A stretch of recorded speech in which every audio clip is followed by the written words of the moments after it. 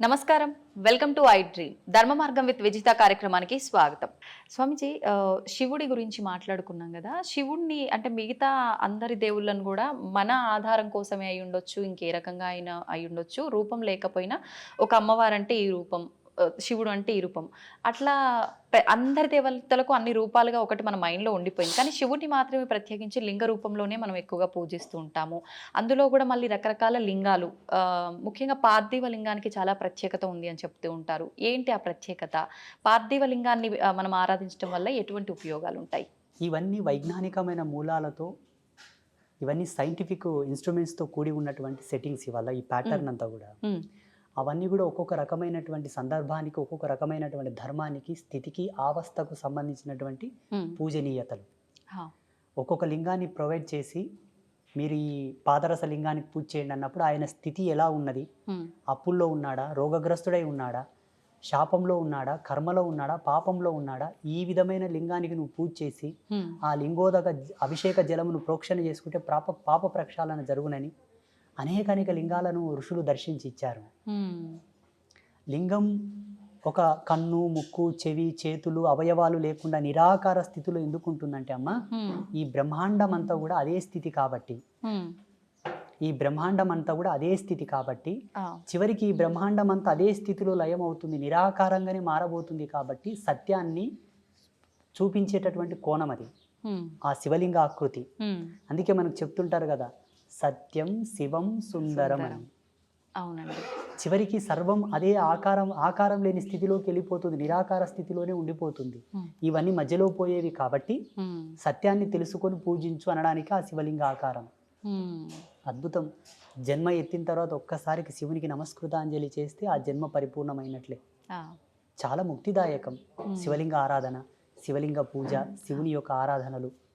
విశేషించి కార్తీక మాసంలో ప్రతి మహిళ సంధ్యా సమయమునందు, ప్రదోష కాలమునందు శివలింగము ముందు చక్కటి దీపాన్ని గనక వెలిగించి నమస్కారం చేసుకుంటే ఆమె ఇల్లు, ఆమె సంసారం పండుతుంది, చల్లగా ఉంటారు. చాలా విశేషమైన ఫలితాలు ఉంటాయి. స్వామిజీ, శివుణ్ణి పూజించే వాళ్ళలో చాలా మందిలో ఒక సందేహం ఉంటుంది, అది నాకు కూడా ఉంది.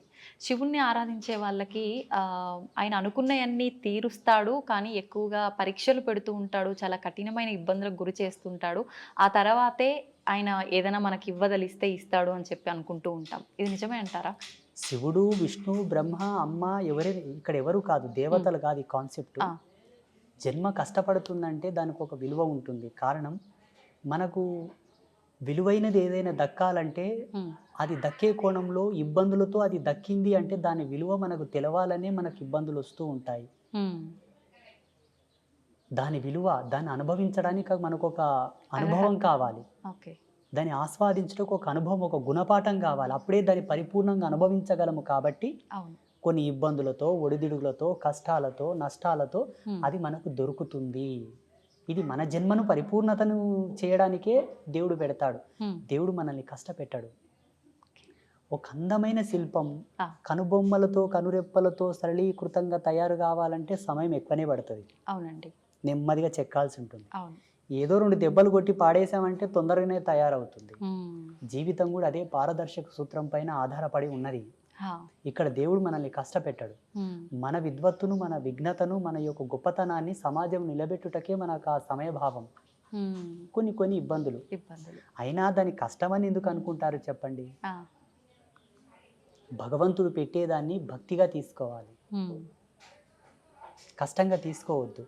ధర్మశాస్త్రాల్లో ఒక మాట ఉన్నది, తల్లిదండ్రులు పెట్టేవి, తోబుట్టువైన చెల్లెలు పెట్టేవి, భగవంతుడు పెట్టేవి, గురువు పెట్టేవి పరీక్షలే అయినప్పటికీ అవి పరమార్థంగా స్వీకరించాలట, వాళ్ళు ముక్తిని పొందుతారు.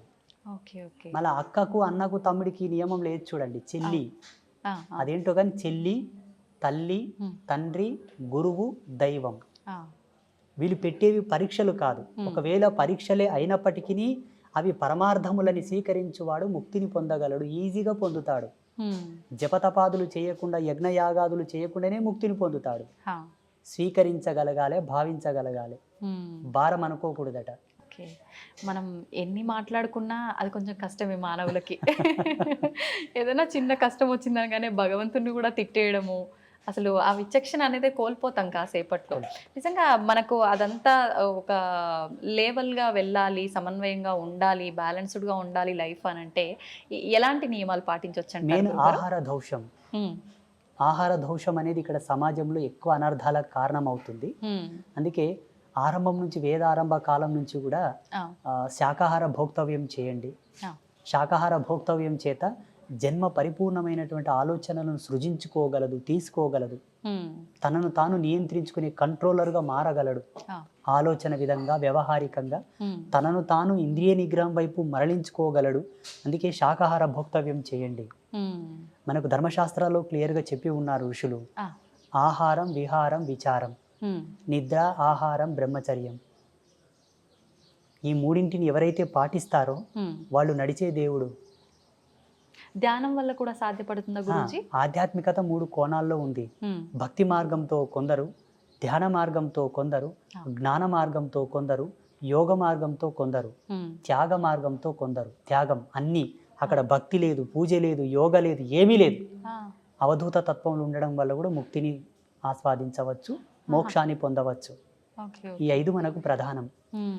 భక్తి మార్గంలో ఈ చాప్టర్ అంత వస్తుంది. కార్తీక దీపాలు, సోమవార వ్రతం, మంగళవార వ్రతం, అవును. బొట్లు పెట్టడం, మడి కట్టుకోవడం, హ్మ్. నైవేద్యాలు అర్పించడం, పుష్పయాగం, హోమ ధూమాలు, ఇది భక్తి మార్గం. హ్మ్.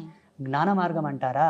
భగవంతుడే సత్యమని ఎరింగి ఆయన యొక్క పారాయణలు చేయుట, ఆయన మంత్రోచ్చరణ చేయుట, ఆయన యొక్క కీర్తనలు పాడుట, ఆ అవును. కీర్తనల చేత భక్తిని ప్రచారం చేయుట, ఇది జ్ఞాన మార్గం. హ్మ్. హ్మ్.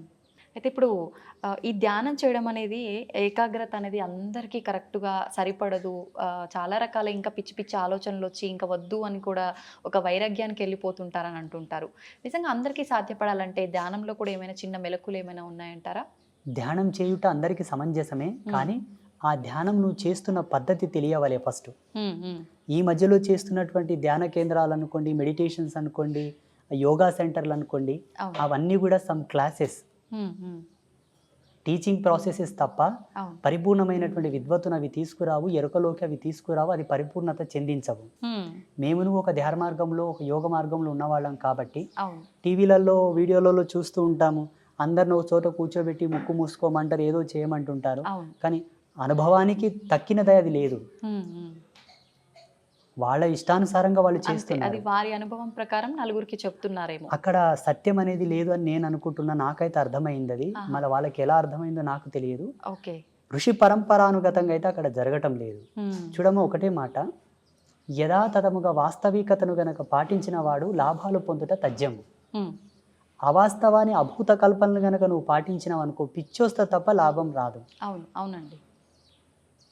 ఇది సత్యం. ఇది అందరూ గ్రహించగలగాలి, ప్రేక్షకులు గూడా. అవును. అంత మాత్రానికి ఏదైనా లాభం ఉన్నా, అవాస్తవానికి అది లైఫ్ లాంగ్ అనేది ఉంటుంది అని చెప్పలేం. ఏదో ఒక రోజు అది బయట పడిపోతుంది. దానికి తగ్గ ప్రతిఫలం వాళ్ళు అనుభవించాల్సొస్తుంది. ఇప్పుడు కార్తీక మాస శుభ సందర్భాన మీరు ఇక్కడికి వీచ్చేశారు కాబట్టి, అవునండి. కార్తీక మాసంలో దుర్గా వ్రతం ఒకటున్నది. హ్మ్. హ్మ్. చాలామంది కార్తీక మాసం అంటే శివకేశవులకు అన్వయం చేసి ఉభయ తెలుగు రాష్ట్రాల్లో దీపాలు పెట్టడం, అవును. పూజలు చేయడం ఉన్నది. అవునండి. శివకేశవుల యొక్క ధర్మపత్నులు కూడా ఒక వ్రతం చేశారు కార్తీక మాసంలో. ఎవరి వ్రతం చేశారు? ఆ! మీరేమో కృష్ణుడు దేవుడు, రాముడు దేవుడు అంటున్నారు. అవును. వాస్తవంగా రాముడు, కృష్ణుడు ఇద్దరు కూడా దేవతలే, దేవుళ్ళే. హ్మ్. ఋషులే వాళ్ళకు యజ్ఞ పట్టం ఇచ్చారు, యోగదత్తం చేశారు. నేను కూడా చెప్తాను. హ్మ్. శ్రీకృష్ణ పరమాత్మ యొక్క ధర్మపత్ని సాక్షాత్తు లక్ష్మీ అంశ సంభూతురాలైన రుక్మిణీదేవి కూడా కొందరు వ్రతాలు చేసింది. ఎవరి వ్రతం చేసింది? హ్మ్. తన పతియే దైవము కదా. అవును. మళ్ళీ ఎందుకు వ్రతం చేయలే రుక్మిణీదేవి? ఆ! చెప్పండి. పార్వతీదేవి కూడా వ్రతం చేసింది. హ్మ్. కాత్యాయనిదేవి వ్రతం చేసింది. ఆహాహా! శ్రీమన్ మహాలక్ష్మి వ్రతాలు చేసింది. ఆ! ఎవరి వ్రతం చేశారు? వాళ్ళ పతులే దైవములు కదా. అవును. అవును. ఇంద్రుడి యొక్క భార్య కూడా వ్రతం చేసిన శచీదేవి. హ్మ్. అష్టదిక్పాలకుల యొక్క ధర్మపత్నులు కూడా వ్రతాలు చేశారు. ఏ వ్రతం దేవ ఇంతటి ప్రాజాపత్య ధర్మములందరూ, ఆ ధర్మపత్నులందరూ కూడా వ్రతాలు చేశారు. ఋషిపత్నులు కూడా వ్రతాలు చేశారు. ఆ! వ్రతం ఎవరికి చేయబడుతుంది? ఆ! నోములు ఎవరికి చేస్తారు? భగవంతుడికే చేస్తారు పురుష కదా! దేవతలకు లేవు. హ్మ్. హ్మ్. అంటే అందరిని సృష్టించింది ఆదిపరాశక్తి లలిత అమ్మవారు కాబట్టి ఆమెకు సంబంధించిన వ్రతం ఏదైనా ఉందా? ఎగ్జాక్ట్లీ. ఆ! అస్తు అస్తుమే సదాశివో అస్తు, ఇది హ్మ్. సత్యం. ఓకే. కానీ ఎక్కడ చేస్తున్నారు ఇప్పుడు? ఆ! చేయట్లే. సత్యాన్ని కనుమరుగు చేశారు కావాలని. హ్మ్. అందుకే జనాలకు ఆధ్యాత్మికత రుచించటం లేదు. హ్మ్. హ్మ్. మీరు అన్నట్టుగా కన్ఫ్యూజన్లోకి వచ్చేసి అవును అవును వైరాగ్యం వచ్చి ఈ దేవుళ్ళొద్దు ఈ ఫోటోలొద్దు తీసేయని రాని పక్క కానీ గమ్మున కూర్చుంటున్నారు. నిజమండి. అవును. పోనీ తీసేసినంత మాత్రాన వాళ్ళు ఏమన్నా ముక్తిని పొందేదరా? లేదు. అంతర్పిశాసులై తిరుగుతారు సచ్చినాక. హ్మ్. గాలిలో దయ్యాలలాగా తిరుగుతారు. హా. ఎన్ని పిండ ప్రదానాలు చేసినా, ఎన్ని శ్రద్ధా తర్పణాలు చేసినా, హ్మ్. ఎన్ని దాన సంస్కారాలు చేసినా వాళ్ళ ఆత్మలకు మోక్షం రాదు, రిజర్వేషన్ రాదు. హ్మ్. తిరుగుతూనే ఉంటారు. హా. అది మరీ దుర్భర్మం, మరీ ఘోరం అది. ఆ. ఇదన్నా బాగుంది కానీ అది భయానకం అది. భయానకం. అయితే స్వామీజీ చాలా మంది ఇప్పుడు ఈ సాధన, ధ్యానము ఇలాంటివి చేయడం వల్ల హిమాలయ ప్రాంతాల్లో కొన్ని వందల సంవత్సరాలు కూడా జీవంతో ఉన్న ఋషులు, సాధువులు ఇలాంటి వాళ్ళు ఉన్నారని చెప్తుంటారు కదా! నిజంగా అంత సాధ్యపడుతుందంటారా వీటి వల్ల? 100% రేపు జనవరి నెల చివరిలో కుంభమేళ స్టార్ట్ అవుతుంది. హ్మ్. హ్మ్. మీరు దయచేసి మీ ఐ డ్రీమ్ మీడియా వాళ్ళు వెళ్ళండి, లేదంటే నాకు అక్కడ కలవండి, నేను కలుస్తాను. హ్మ్. మీకు ఎంతమందిని కావాలో అంతమందిని పరిచయం చేస్తా, వాళ్ళతో రిక్వెస్ట్ చేస్తాను, మీతో మాట్లాడిస్తాను. అవునా? ఎన్నేళ్ళు బతికినావు చెప్పప్పా అని చెప్తా. ఆ. ఇప్పుడు మాలాంటి వాళ్ళు చెప్తే కొంతమంది కామెంట్లు పెడుతున్నారు, ఏ ఇంకో అవును. పిచ్చోడు ఉన్నాడు వీడు, ఎట్లా బతుకుతారో నాయన, ఇది సైన్స్కే విరోధం కదా అంటున్నారు. అవును. నీ సైన్స్ కంతు చిక్కని మిస్టీరియస్ చాలా ఉన్నాయి. హ్మ్. గీజా పిరమిడ్ మీద ఇంతవరకు ఏ సైంటిస్ట్ రీసెర్చ్ చేయ నేచర్ కంట్రోలర్ సిస్టమ్స్ ఇవన్నీ. హ్మ్. ప్రకృతిని మేము కంట్రోల్ చేస్తాం, మీకు చేత కాదు. ఆ. మిమ్మల్ని ప్రకృతి కంట్రోల్ చేస్తుంది, ఇంతే తేడా. ఆ. స్వామీజీ ఇలా అంటే ముందే ఏదైనా జరగబోతుంది అంటే ఇప్పుడు ఆ మాతాజీ గారు చెప్పినట్టు కొన్ని కొన్ని చెప్తూ ఉంటారు. నిజంగా జరిగినవి కూడా చూస్తుంటాము. మళ్ళీ అలాంటిది ఒక బ్యాక్టీరియా రాబోతుంది అని కొంతమంది చెప్తున్నారు. లేదు అంటే రకరకాల ప్రళయాలు రాబోతున్నాయి అని చెప్పి మొన్న రీసెంట్‌గా అక్కడ జల ప్రళయాలు జరిగాయి కదా! అలాంటివి కేరళ సైడ్. అలాంటివి మళ్ళీ మన దగ్గర కూడా వచ్చే అవకాశాలు ఉన్నాయని చెప్పి చాలా ప్రాణ నష్టం కూడా జరుగుతుందని చెప్పి కొంతమంది చెప్పారు ఆ మధ్య కాలంలో. మళ్ళీ అలాంటివి ఏమైనా రాబోతున్నాయంటారా? ఈ భారతదేశం చాలా గొప్పది, మనమందరం గర్వపడాలి. హ్మ్. ప్రపంచమంతా అతలాకుతలమైపోయిన భారతదేశానికి ఏమీ జరగదు. ఆ. కాలధర్మ సిద్ధాంతంలో మనము కొంత ఏగవలసి ఉంటే ఏమో అట్లా వచ్చిపోతాయి తప్పిస్తే హ్మ్. మనకు ఏ భయము లేదు. ఎందుకంటే మన దేవాలయ వ్యవస్థ అంత గట్టిది. హా.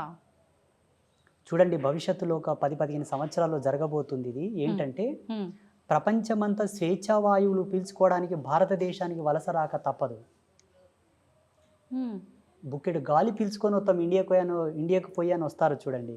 అవునా? ఆల్రెడీ స్టార్ట్ అయిపోయింది. హ్మ్. ఆల్రెడీ స్టార్ట్ అయిపోయింది. ఆ. ఈ భారతదేశం చాలా గొప్పది. హ్మ్. హ్మ్. అందులో మన హిందూయిజం చాలా గొప్పది. అవును. ఈ ధర్మాన్ని ఎందుకు కాపాడమంటున్నామంటే భావి తరాలకు మీరు కోట్లు గడించి ఇవ్వక్కర్లా, ధర్మాన్ని ఇవ్వండి చాలు. అంతే. ఎలా ఇవ్వాలి ధర్మాన్ని? ఆ. నీ పిల్లలకు చెప్పాలి, ఒరేయ్ హ్మ్. నువ్వు పుట్టుకతోనే ధర్మం నీ పక్కన పుట్టిందిరా. కారణం నువ్వు పుట్టుకతోనే పురుడు చేసినాం. పురుడు ఎక్కడి నుంచి వచ్చింది? సనాతన ధర్మం నుంచి వచ్చింది. అవును. నీకు నామకరణం చేసినాం. నీ పుట్టుకతోనే ధర్మం నీ తోబుట్టు అయిందిరా. హ్మ్. ధర్మం నీ చెల్లెలు లాంటిది, అక్క లాంటిది, అన్న లాంటిది, తమ్ముడు లాంటిది. ఆ. వాళ్ళకి ఏమైనా జరుగుతూ ఉంటే చూస్తూ ఊరుకుంటావా మూర్ఖుడా? ధర్మ విఘాతం ఎక్కడ జరిగినా నువ్వు పోరాడాలని అని చెప్పి పిల్లలకు మనం మోటివేట్ చేయాలి. ఆ. మళ్ళీ అంతే కదమ్మా, పుట్టినప్పటి నుంచి అవునండి. మనకు ధర్మంతోనే కదా అన్ని నేర్పి, అవును. అవును. అక్షరాభ్యాసము, ఉపనయనము, హ్మ్. హ్మ్. యజ్ఞోపవీతము, అవును. ఇవన్నీ మనకు ధర్మంలోని భాగాలే కదమ్మా. అంతే. సంస్కృతి ఇచ్చింది మనకు, అవును. టెక్నాలజీ ఇవ్వలే. హ్మ్. టెక్నాలజీ మనం ఇచ్చిందా? లేదండి. మనం నిత్యం అనుభవించే వాటిలో ఇప్పుడు మీరు చెప్పినట్టుగా పుట్టుక నుంచి చావు వరకు ప్రతిదీ ధర్మంతో, సైన్స్‌తో కూడి ఉంది. ప్లస్ మధ్య మధ్యలో మనకు పండగలు ఇలాంటి వాటి ద్వారా కూడా ఇంకా మన ధర్మం యొక్క గొప్పతనాన్ని కూడా చాలా తెలియజేస్తూనే అందులో ఉంటారు ఎప్పటికప్పుడు. క్రమశిక్షణ, అవును. నిబద్ధత, హ్మ్. మహిళ యొక్క గౌరవ సూచకం, కుటుంబంలో ఒక మంచి సంఘీభావం, సమతుల్యత, ఐక్యమత్యం, హ్మ్. మంచి సోదరభావం నెలకొనడానికి కూడా మన సంస్కృతులు, మన పండుగలు పెట్టారు మన వాళ్ళు. అవును. అవును. ఎప్పటికప్పుడు బూజు దులుపుకొని ఇల్లంతా తోరణాలు కట్టుకొని హ్మ్. ప్రాణవాయువుని ప్రజ్వరిలింపజేసుకోవాలని చెప్పి పిండి వంటలు, హా. ఆరోగ్యంలో కూడా పలు మార్పులు రావచ్చు అని చెప్పేసి ఆహార పదార్థాలు భోక్తవ్యం చేయడం ద్వారా హ్మ్. జెనెటిక్ రిఫార్మింగ్ కూడా నెగిటివ్ కాకుండా పాజిటివ్ ఉండడానికి హ్మ్. ప్రతిదీ ప్రతిదీ ప్రతిదీ పరమార్థం, ప్రతిదీ అద్భుతం, ప్రతిదీ ఒక అమోఘం మన దాంట్లో. ఏది కూడా వేస్టేజ్ లేదు మన సనాతన ధర్మంలో. అవును. అవును. మేధావులేమో ఇదంతా మూఢనమ్మకం అంటారు, పిచ్చి. హ్మ్. అవును. మూఢనమ్మకం అసలు దేవుడే వాళ్ళ లేడు. పిచ్చి, హ్మ్. వాళ్ళు ఇంకా ఎల్కేజీ స్టడీలో ఉన్నారు వాళ్ళు. ఆ. నా దృష్టిలో వాళ్ళు చిన్న చిన్నపిల్లలు. నా దృష్టిలో, నా ఆ. భావనలో మూఢనమ్మకం అనడానికి సనాతన ధర్మంలో ఏమీ లేదమ్మా. నిమ్మకాయ తీసేసినా కూడా అది నమ్మకమే, ఒక విశ్వాసం. దాంట్లో విఘ్నత ఉన్నది, విజ్ఞానం ఉన్నది. హా. నిమ్మకాయలు తీసేయడం, గుమ్మడికాయలు దిష్టి తీయడంలో కూడా అవును. అవును.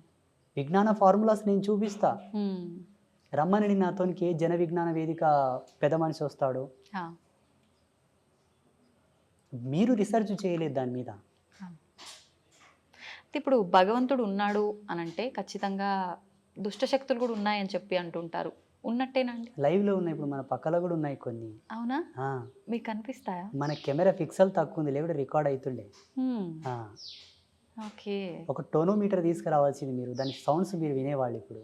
ఆ, ఓకే. భయం వేస్తుందండి. ఏం భయపడాల్సిన అవసరం లేదు. సాధువుని చూస్తే యమభటులే బెదురుకుంటారు. అవేం చేస్తాయి మనల్ని? మీరు అడిగారు కాబట్టి ఉన్నాయి, ఎప్పటికెప్పుడు ఉంటూ ఉంటాయి, భయపడాల్సిన అవసరం లేదు. ఓకే. ఒక సువాసిని సాంప్రదాయకమైనటువంటి కుంకుమను ధరిస్తే భూత ప్రేతములు ఆమెకు దండం పెట్టి పోతాయట. సాంప్రదాయకమైన కుంకుమ అంటే ఇప్పుడు బల్కంపేట ఎల్లమ్మ ఉన్నది, అవునండి. అమ్మ పాదాల కాడే కుంకుమ నెలకో 2 నెలలకు వెళ్ళి ఇంట్లో స్టోర్ చేసుకోవాలి. మీరు డ్యూటీకి వెళ్ళేటప్పుడు ఇంత నష్టం తగిలించుకొని పోతే దిష్టి బారదు, దిష్టి బారదు. ఇప్పుడు వాళ్ళే అనుకోండి మీ మీద కొంత, మీరు మంచిగా అందంగా తయారై వస్తే కొంత ఏదో జలసిగా ఫీల్ అయిపోతుంటారు అనుకోండి, ఆ దిష్టి మీకు వారదు. ఆ కుంకుమలో ఉన్న ఎనర్జీ దాన్ని అక్కడనే పంపిస్తుంది. నా భక్తురాలు అక్కడనే పో అంటది సీదా. మన బదులు అమ్మవారే ఫైట్ చేస్తారు. సాంప్రదాయకమైన తిలక ధారణ అంటే ఇదే. కెమికల్తో కూడిన కుంకుమలు పెట్టుకుంటే రాదు. మళ్ళా భగవత్ ప్రసాదితమైనటువంటి భగవత్ ప్రాధాంకితమైనటువంటిది ఏది ధరించినను మనకు ఈ దయ్యాలతోటి దుష్టశక్తులతో ఎటువంటి భయం లేదు. మరొక మంచి ఎపిసోడ్లో ఇంకా కొన్ని విషయాలు మీతో మాట్లాడాలని ఆశిస్తున్నాను. ధన్యవాదాలండి. ఐ డ్రీమ్ మీడియా ప్రేక్షకులకందరికీ ఒక సన్యాసిగా, ఒక బ్రహ్మచారిగా మా యొక్క ఆశీస్సులు.